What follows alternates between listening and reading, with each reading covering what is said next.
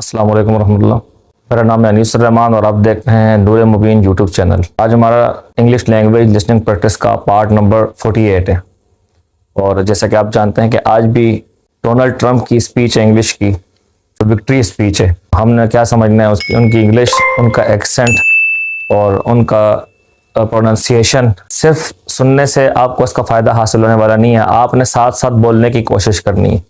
जिस तरीके से वो, जिस एक्सेंट से वो अल्फाज को बोल रहे हैं, प्रोनाउंसिएशन कर रहे हैं, उस तरीके से आपने बोलने की कोशिश करनी है। जैसे जैसे साथ में वीडियो चलती है तो आप वो बोलने की कोशिश करें।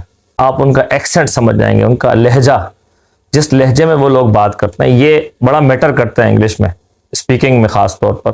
एक तो आपको वो बोलना भी आना चाहिए और दूसरा आपके सामने अगर कोई उस लहजे में बात करे तो आप उसको पिक कर सकें, वो कौन से वर्ड्स इस्तेमाल कर रहे हैं, क्या बोल रहे हैं, सही, और क्या कहना चाह रहा है वो। ठीक है, तो बिला ताखीर चलिए वीडियो की तरफ चलते हैं। I will not rest until we have delivered the strong, safe, and prosperous America that I will not rest until we have delivered the strong, safe and prosperous America. I will not rest, मैं आराम नहीं करूंगा। Until we have delivered, यहां तक कि मैं फराहम कर दूं। Delivered का मतलब मैं फराहम कर दूं, मुहैया कर दूं, लोगों को दे दूं। क्या दे दूं? The strong, safe and prosperous America, मजबूत, महफूज और खुशहाल America. I will not rest until we have delivered the strong, safe, and prosperous America that मैं उस वक्त तक आराम नहीं करूंगा जब तक कि मैं आपको अमेरिका को मजबूत न कर दूं, खुशहाल न कर दूं और महफूज न कर दूं। ये जो 3-4 चीजें उन्होंने बयान की, ये एम है, ये मेरा मकसद है। मजबूत करना है, स्ट्रॉन्ग मजबूत करना है, सेफ महफूज करना है, और प्रॉस्पेरस का मतलब क्या होता है? खुशहाल। अब ये America, safe and prosperous America that America कैसे बोल रहे हैं? America. I will not rest until we have delivered the strong, safe and prosperous America. America नहीं, और रे की, आर की जो साउंड है बिल्कुल रे की तरह नहीं है, बल्कि रे को वी के साथ मिक्स करके बोले, अमेरिका। ठीक है, एक्सेंट पे फोकस करना है आपने। ठीक, आगे देखें क्या कह रहे हैं।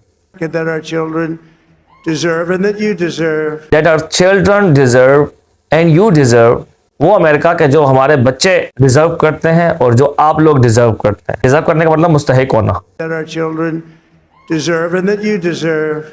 That our children deserve, वो अमेरिका जिसके हमारे बच्चे मुस्तहिक हैं, and that you deserve, और जिसके आप मुस्तहिक हैं। तो उस तरह का अमेरिका जब तक मैं डिलीवर न कर दूं, उस वक्त तक मैं रेस्ट नहीं करूंगा। This will truly be the golden age of America. This will truly be the golden age of America. That's what we have to have. This will truly be the golden age of America. ये America का एक सुनहरी दौर होगा। ठीक है, This will truly का मतलब वाकई, सही है, हकीकतन। This will truly be, ये वाकई होगा, the golden age of America, America का एक सुनहरी दौर। एज का मतलब उम्र होता है आमतौर पर, लेकिन इस कॉन्टेक्स्ट पे जब आ जाते हैं तो इसका मतलब होगा दौर। अमेरिका का सुनहरी दौर, गोल्डन एज, सुनहरी दौर होगा। ठीक है, और दूसरी बात ये आप याद रखें, आपने देखा होगा मैंने इसको गोल्डन और एज जो है इसको मैंने कैपिटल लेटर में लिखा है। उसकी वजह ये क्या है? उसकी वजह ये है कि ये एक मखसूस टाइम पीरियड के बारे में बात करें तो प्रॉपर नाउन हो गया इस तरह, एक तरह का ये खास एक मखसूस टाइम पीरियड मुराद है इससे, जो इनका दौर हुकूमत होगा। जितने अरसा ये सदारत में रहेंगे उस वक्त तक, उस एज के बारे में, उस दौर के बारे में बात हो रही है। तो इस वजह से इसको हम कैपिटल वर्ड के साथ शुरू करेंगे, प्रॉपर नाउन हो जाएगा ये। ठीक है, खास टाइम पीरियड के बारे में बात हो रही है। वैसे तो ये गोल्डन और एज जो है ये कॉमन नाउन होते हैं, कॉमन के तौर पर इस्तेमाल होते हैं। गोल्डन एक एडजेक्टिव है और एज जो है ये एक नाउन है, लेकिन यहां पर एक खास टाइम पीरियड के बारे में बात हो रही है, लिहाजा हम इसको क्या कहेंगे? ये एक प्रॉपर नाउन है। तो प्रॉपर नाउन है तो उसको हम कैपिटल लेटर में लिखेंगे। This will truly be the golden age of America. This will truly be the golden age of America. That's what we have to have. ये वाकई अमेरिका का एक सुनहरी दौर होगा। That's what we have to have. अब that's what we have to have जो इन्होंने बोला है, आखिर में जो we have to have बोला है वो शोर की वजह से ज्यादा वाजे नहीं समझ में आ रहा होगा आपको, लेकिन बोला यही है कि that's what we have to have. That's क्या है? That is, और what we have to have ये व्हाट जो है ये रिलेटिव प्रोनाउन है। व्हाट जो है ये एक रिलेटिव प्रोनाउन है, जो जिसको हम इंट्रोगेटिव प्रोनाउन के तौर पर भी इस्तेमाल करते हैं, लेकिन यहाँ पर दो क्लोजेस को आपस में मिला रहे हैं। सही है। वी हैव टू हैव जो हमारे पास होगा, जो हमारे पास होना चाहिए, ठीक है, जो हमारे लिए लाजमी है। वी हैव टू हैव उस चीज को कहते हैं कि जो हमारे लिए लाजमी हो, जरूरी हो, नेसेसरी हो। नेसेसरी चीज के लिए हम ये इस्तेमाल करते हैं वी हैव टू हैव, ये हमारे पास होना चाहिए, ठीक है, ये हमारे लिए जरूरी है। तो व्हाट क्या है, व्हाट जो है इसने वी हैव टू हैव को पिछले वाले जुमले के साथ मिला दिया, दैट इज के साथ इसने अगले जुमले को मिला दिया। तो इसको हम कहते हैं रिलेटिव प्रोनाउन, ठीक है, जो वी हैव टू हैव को दैट इज के साथ मिला रहा है।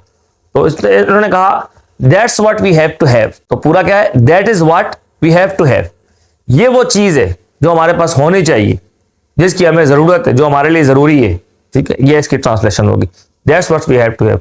तो कह रहे हैं कि this will truly be the golden age of America, that's what we have to have, ये वाकई अमेरिका का एक सुनहरी दौर होगा जो हमारे पास होना चाहिए, ये वो चीज है जो हमारे पास होना चाहिए, ठीक है, सुनहरी दौर।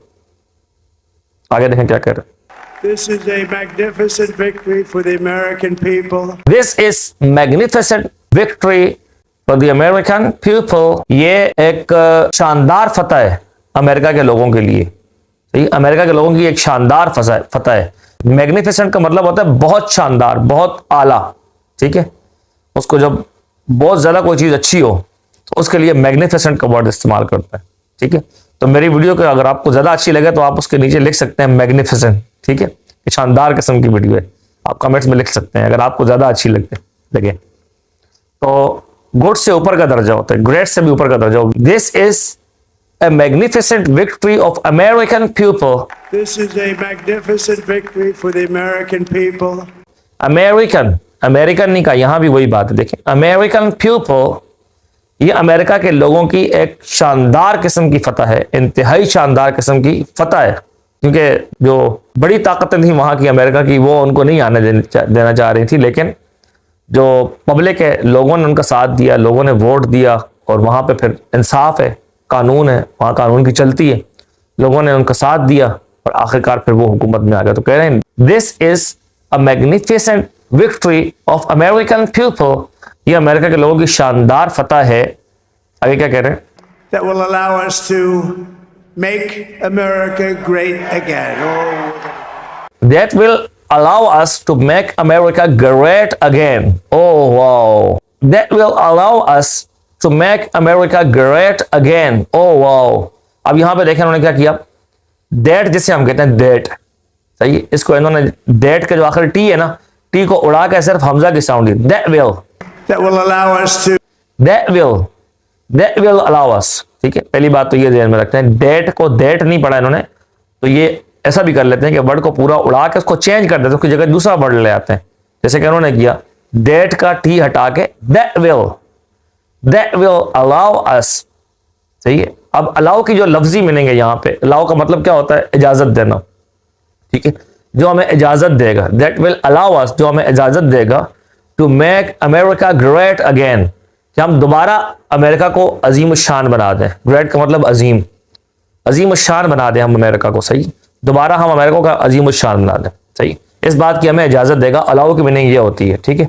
लेकिन यहां पे हम अलाउ को मानेंगे एक पॉजिटिव वर्ब। पॉजिटिव वर्ब का पहले भी मैंने आपको बताया ना, पॉजिटिव वर्ब जो होता है वो इंट्रांजिटिव को ट्रांजिटिव बना देता है।